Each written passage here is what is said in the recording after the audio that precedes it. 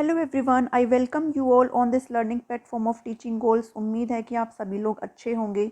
आज मैं आपके सामने चाइल्ड डेवलपमेंट एंड पेडागोजी के कुछ इंपॉर्टेंट प्रीवियस ईयर के क्वेश्चंस लेकर के आई हूँ। ये 2016 के क्वेश्चन है पेपर 1 के। तो कुछ सीडीपी के क्वेश्चंस आज हम डील करेंगे। मैं आपको हमेशा ही बोलती हूँ कि जो सीडीपी के जो कुछ सीटेट में जो सीडीपी के क्वेश्चंस होते हैं वो इजी लेवल के आते हैं। तो आप आज देख के आप अंदाज़ा लगा ही लेंगे कि कितने इजी होते हैं।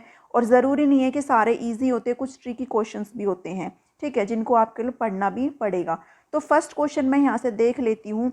Most classroom in India are multilingual and this needs to be seen as dash by the teacher. इसका मतलब ये है कि जो भारत में अधिकांश जो कक्षाएं वो बहुभाषी होती है। बहुभाषी का मतलब होता है कि क्लासरूम में बहुत सारी लैंग्वेज बोलने वाले बच्चे रहते हैं, तो वो बहुभाषी कहलाता है, ठीक है, जिनकी एक भाषा ही नहीं होती बल्कि बहुत सारी भाषाएं बच्चे बोलने वाले अगर क्लासरूम में हैं तो इसको शिक्षक को कैसे देखना चाहिए। तो क्या उसको शिक्षक को ये प्रॉब्लम के रूप में, एक समस्या के रूप में देखना चाहिए। देखो, ये कुछ ना टैग वर्ड्स होते हैं जो नेगेटिव होते हैं, जिन्हें हमें नहीं रीड करना है, उनको बिल्कुल ही आपने नेग्लेक्ट कर देना है। टीचर अगर है तो वो कभी भी इसको प्रॉब्लम कंसीडर नहीं कर सकता है, ठीक है। सेकंड है संसाधन के रूप में देखना चाहिए। थर्ड है ऑब्स्टेकल यानी कि बाधा के रूप में देखना चाहिए। या फिर फोर्थ या फिर परेशानी समझना चाहिए। ना ही तो टीचर इसको बाधा के रूप में देख सकता है और ना ही टीचर इसको परेशानी के रूप में देख सकता है। इसको टीचर एक रिसोर्स के रूप में यूज़ कर सकता है, ठीक है। अगर कोई अगर क्लासरूम में जो बच्चा है वो बहुभाषी है तो टीचर को उसको एक संसाधन के रूप में यूज़ करना पड़ेगा और बच्चों की जो मातृभाषा है उसका भी ध्यान रखना पड़ेगा। तो यहाँ से आपका पहला क्वेश्चन हो चुका है। नेक्स्ट क्वेश्चन पे हम लोग बढ़ते हैं। Mistakes and errors made by students. जो बच्चों ने के द्वारा जो गलतियाँ होती है वो उनको जो है क्या उसके बारे में है। Are indicative of the failure of teacher and students. क्या ये शिक्षक और विद्यार्थियों की असफलता का सूचक है। Should be seen as opportunity to understand their thinking. इसे चिंतन को समझने के अवसर के रूप में देखी जानी चाहिए। Should be severely dealt with. कठोरता से निपटाई जानी चाहिए। नहीं, देखो कठोरता जहाँ पर आ जाए ना वो एक नेगेटिव टैग वर्ड होता है, उसको हमने नहीं देखना है। नेक्स्ट है are a wonderful opportunity to label children as weak और आउटस्टैंडिंग। आप कभी भी अगर एक टीचर है तो बच्चे को वीक या फिर आउटस्टैंडिंग के लिए ऐसे लेबल नहीं कर सकते। किसी बच्चे को आप कमज़ोर नहीं बोल सकते हैं, बल्कि हम क्या कर सकते हैं, should be seen as opportunity. हमें इसे एक अवसर के रूप में देखना चाहिए ताकि हम क्या समझ सके, बच्चों की जो थिंकिंग है उसको समझ सके, ठीक है, और उसका निवारण आराम से कर सके। नेक्स्ट क्वेश्चन है आपका views children as active builders of knowledge and little scientist who construct their own theories of world. अब देखो कुछ क्वेश्चंस होते हैं जो आप सेंस बेस पे कर सकते हो। जो फर्स्ट और सेकंड क्वेश्चन था वो आपका सेंस बेस पे जो है बन रहा था, लेकिन जो आपका थर्ड क्वेश्चन है वो क्या है, उसमें एक सिंपल सा पूछा गया है कि भाई ये किसने कहा है कि बच्चे जो है लिटिल साइंटिस्ट होते हैं और जो अपना जो नॉलेज है वो खुद से कंस्ट्रक्ट करते हैं। तो ये कहा गया था पियाजे के द्वारा, ठीक है। तो आपको पियाजे को यहाँ से पढ़ना पड़ेगा कि किन्होंने ये बोला है। तो बच्चों को जो लिटिल साइंटिस्ट है, नन्हे वैज्ञानिक बच्चे को किसने बताया है, पियाजे ने बताया है यहाँ से, ठीक है। तो यहाँ से आपका थर्ड क्वेश्चन हो गया है। फोर्थ क्वेश्चन को देख लेते हैं। Child centred pedagogy means, child centred यानी कि जो बच्चों के ऊपर जो केंद्रित जो शिक्षा शास्त्र है उसका क्या मतलब है। Asking the children to follow and imitate the teacher. क्या बच्चों को हमें ये कहना चाहिए कि टीचर को इमिटेट करो। Giving primacy to childrens voice and their active participation. बच्चों की जो अभिव्यक्ति है और उनकी जो सक्रिय जो भागीदारी है उसको महत्व देना। तो हाँ, ये बिल्कुल सही बात है कि चाइल्ड सेंटर्ड पेडागोजी का मतलब ही यही है कि बच्चे जो सोच रहे हैं उसको, बच्चों की जो अभिव्यक्ति है उनको हमें महत्व देना पड़ेगा, ठीक है। उनका जो एक्टिव पार्टिसिपेशन है क्लास में वो होना बहुत ज़रूरी है। Letting the children be totally free. हम बच्चे को टोटली फ्री नहीं छोड़ सकते हैं और ना ही उनको नैतिक शिक्षा दे सकते हैं हम, बल्कि क्या करेंगे, बच्चों की अभिव्यक्ति और उनकी सक्रिय भागीदारी को क्या देंगे, महत्व देंगे, ठीक है। फोर्थ क्वेश्चन यहाँ से हो गया है। नेक्स्ट क्वेश्चन पे बढ़ते हैं। फिफ्थ क्वेश्चन है आपका a teacher can help the children to process a complex situation by. एक अध्यापक जो है, बच्चे अगर किसी भी एक जटिल समस्या में फंस चुके हैं तो टीचर उनको कैसे हेल्प कर सकता है। नॉट ऑफरिंग एनी हेल्प, आगे जाओ ही मत, ये वाला जो ऑप्शन है यहीं पे ही गलत हो जाता है। ऐसा नहीं हो सकता कि एक अध्यापक अपने बच्चे को कोई भी हेल्प ना करे, ठीक है। तो ये वाला ऑप्शन बिल्कुल क्या हो जाता है, गलत हो जाता है। लेक्चर भी नहीं दे सकते हैं। मैंने कुछ आपको नेगेटिव टैग वर्ड्स आपको कराए थे, नेगेटिव टैग वर्ड्स आप उनको जाकर के देखना कि जो नेगेटिव टैग वर्ड्स होते हैं उनको देख करके आप ऑप्शन को आराम से रिमूव कर सकते हैं। तो ये जो लेक्चर है ये नेगेटिव टैग वर्ड है, आपको इसे आगे देखना ही नहीं है। Breaking the task into smaller parts and writing down instructions, ठीक है। ये बिल्कुल सही बात है कि अगर बच्चे किसी भी समस्या में अगर फंस गए हैं तो टीचर को चाहिए कि छोटे छोटे पार्ट्स में जो है उसको तोड़ना और फिर उस बच्चे को क्या करना, निर्देश देना, ठीक है। इससे बच्चा जो है खुद से करके सीखेगा और बच्चे का जो लर्निंग की प्रोसेस है वो और भी ज़्यादा इम्प्रूवमेंट होगी, ठीक है। तो थर्ड यहाँ पे आपका ऑप्शन क्या हो जाता है, सही हो जाता है। उसके बाद जो आपका है 6th क्वेश्चन है, expecting students to reproduce knowledge in the same way as it is received। शिक्षार्थियों से यह अपेक्षा करना कि वे ज्ञान को उसी रूप में पुनः प्रस्तुत करके देंगे जिस रूप में उन्होंने उसे ग्रहण किया था। क्या ये इफेक्टिव असेसमेंट स्ट्रेटजी एक प्रभावी आकलन की युक्ति है? नहीं, ये एक इफेक्टिव स्ट्रेटजी नहीं है बिल्कुल भी। इज प्रॉब्लमेटिक, ये प्रॉब्लमेटिक है, मतलब कि समस्यात्मक है। भाई लर्निंग के प्रोसेस में बच्चे ने जिस वे में जो है नॉलेज को गेन किया है वो प्रोड्यूस उसी वे में नहीं कर सकता है। उसके पास जो नॉलेज है कुछ ना कुछ और ऐड ऑन होगा उस नॉलेज में, ठीक है, जो भी वो सीख रहा है उससे। तो क्या है कि इंडिविजुअल जो है इंटरप्रेट करता है एक्सपीरियंस को, अपने जो अनुभव है उनकी व्याख्या करते हैं and do not reproduce knowledge as it is receive, ठीक है। तो इसका आप जो आंसर है वो आपका क्या आ जाएगा, ऑप्शन नंबर 2 हो जाएगा। नेक्स्ट क्वेश्चन की तरफ बढ़ते हैं। 7th क्वेश्चन है आपका, when student are given an opportunities to discuss a problem in group their learning curve.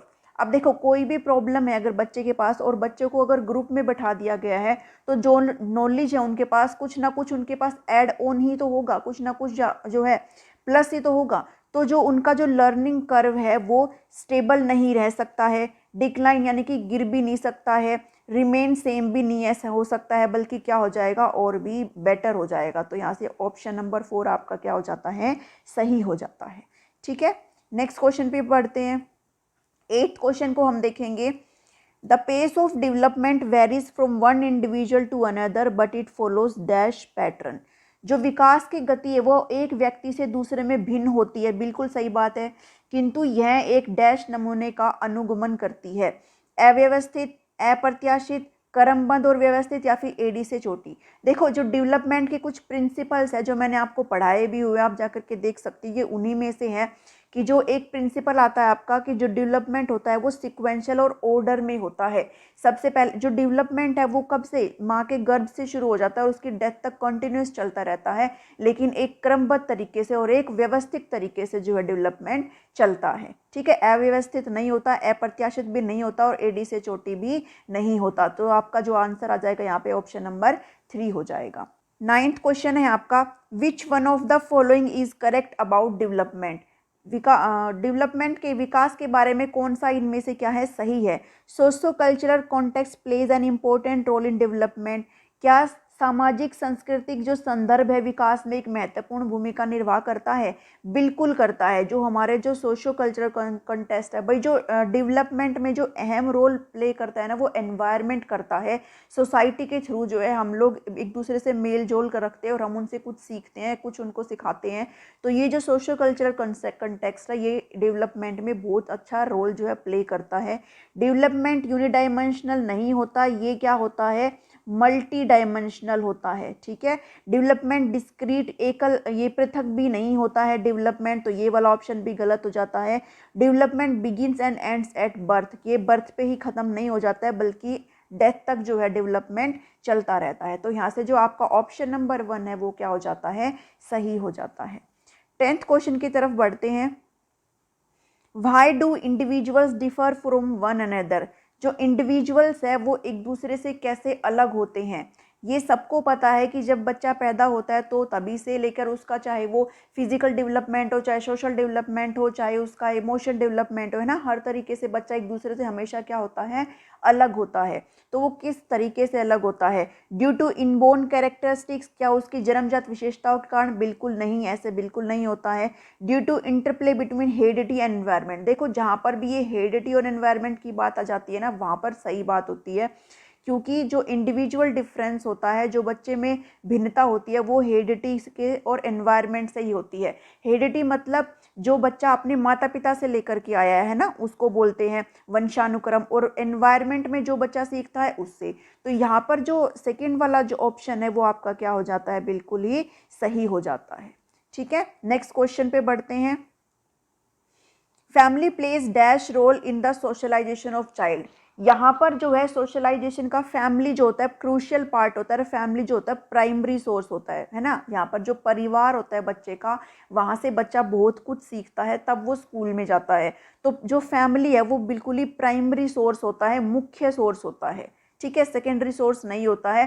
Family के अलावा जो कुछ भी, जैसे उसका स्कूल है ना, एजुकेशन जहाँ से ले रहा है, वो सभी किस में आते हैं, उसके सेकेंडरी में आते हैं।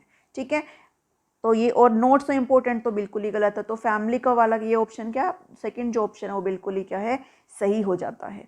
नेक्स्ट क्वेश्चन की तरफ बढ़ते हैं, 12th क्वेश्चन देख लेते हैं। Which one of the following is a correctly matched pair, इसमें से कौन सा है करेक्टली मैच्ड है। फॉर्मर ऑपरेशन चाइल्ड, देखो ये कुछ स्टेजेज है जो किसने दी थी, पियाजे ने दी थी। ठीक है, कॉग्निटिव डेवलपमेंट की कुछ 4 स्टेज दी थी पियाजे ने। ये चारों स्टेज आपको अच्छे से पढ़नी है, क्योंकि हमेशा एग्जाम में यहाँ से क्वेश्चंस आते हैं, और यही 4 स्टेज यहाँ पर दी हुई है।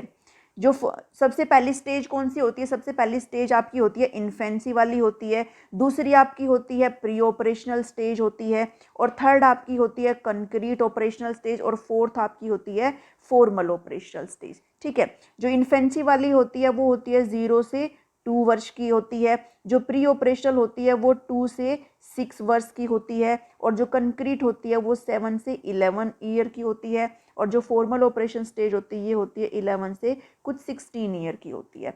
ठीक है, तो ये आपको यहाँ से देखना है। अभी ऑप्शन की तरफ चलते हैं। जो ये क्या, ये पूछना चाह रहा है कि कौन सा इसमें करेक्टली मैच्ड है। देखो फॉर्मल ऑपरेशन चाइल्ड में क्या है, अब देखो जो फॉर्मल ऑपरेशनल चाइल्ड वाली होती है ये 4th स्टेज होती है, और इसमें इन्होंने कहा है कि बच्चा इमिटेशन शुरू करता है। इमिटेशन का मतलब क्या होता है, नकल करता है। 4th स्टेज होती है 11 से 16 ईयर, क्या इसमें बच्चा नकल करता है, नहीं, इसमें बच्चे का जो है डिडक्टिव थिंकिंग स्टार्ट हो जाती है। बच्चा जो है अच्छे से अमूर्त मूर्त अमीर चीज़ों के बारे में अच्छे से सोचना शुरू कर देता है। तो ये वाला ऑप्शन यहाँ से गलत हो जाता है। फॉर्मल ऑपरेशन स्टेज में इमिटेशन बिल्कुल भी नहीं होता है। इन्फेंसी होती है आपकी sensory motor stage sensory motor जो स्टेज होती है वो ये होती है शैशवावस्था की। इसमें क्या बच्चा लॉजिक अप्लाई कर सकता है, भाई 0 से 2 वर्ष की उम्र में अगर बच्चा है तो क्या वो लॉजिक अप्लाई कर सकता है, बिल्कुल नहीं कर सकता है।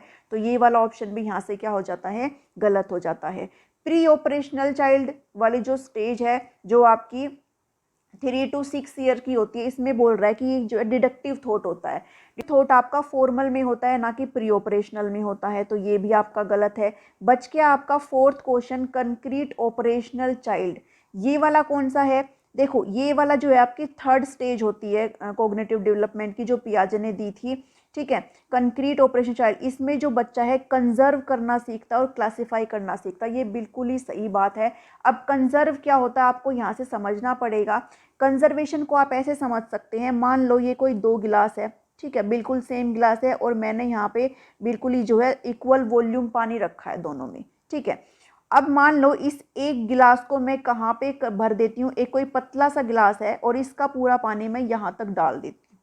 तो जिस बच्चे में कंजर्वेशन की जो भावना है, कंजर्वेशन का जो कॉन्सेप्ट है, किसी बच्चे को अगर नहीं अभी तक समझ में आया है तो वो ये कहेगा कि इस गिलास में ज़्यादा पानी है, ठीक है, क्योंकि और इस गिलास में क्या है, कम है, क्योंकि इस गिलास का पानी मैं इसमें डाल चुकी हूँ ना, इस गिलास का पानी तो इसमें डाल चुकी हूँ। तो वो बच्चा क्या कहेगा कि इसमें ज़्यादा पानी है और इसमें पानी क्या है, कम, क्योंकि उसको लेबल यहाँ पे ऊंचा दिख रहा है इससे।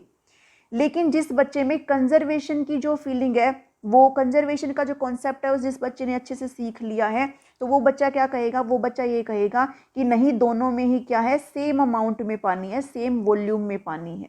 ठीक है, तो कंजर्वेशन का मतलब यहाँ से बच्चा ऐसे सीखता है, इसको बोलते हैं कंजर्वेशन। आई होप कि यहाँ से आपको कंजर्वेशन समझ में आया होगा। ठीक है, चलिए नेक्स्ट क्वेश्चन की, तो यहाँ से आपका ऑप्शन नंबर जो 4 है वो बिल्कुल क्या हो जाता है, सही हो जाता है। ठीक है, नेक्स्ट क्वेश्चन की तरफ बढ़ते हैं।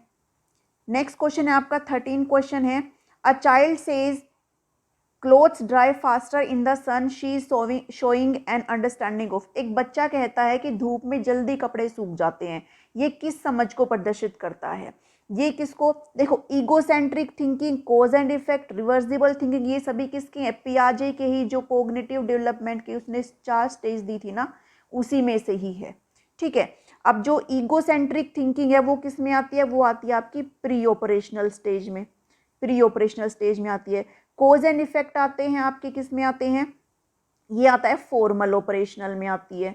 ठीक है, रिवर्सिबल थिंकिंग आती है कंक्रीट में आती है, और जो आपका सिंबॉलिक थॉट है ये भी किस में आता है? प्री ऑपरेशनल स्टेज में आता है। ठीक है, तो आपको स्टेजेस को अच्छे से ध्यान से पढ़ना है। ठीक है, तो अभी हम देखते हैं इसमें कौन सा जो ऑप्शन है। तो बच्चे की जो समझ है वो बिल्कुल ही पूरी तरह से डेवलप हो चुकी है, तो यहाँ पे जो ऑप्शन बन जाता है वो कौन सा बन जाएगा? कोज एंड इफेक्ट। जो यहाँ पे कोज है वो क्या है? सन है, और जो इफेक्ट है वो क्या है? ड्राई फास्टर है। ठीक है, तो आपका जो सेकंड ऑप्शन है वो क्या हो जाएगा? बिल्कुल ही सही हो जाएगा।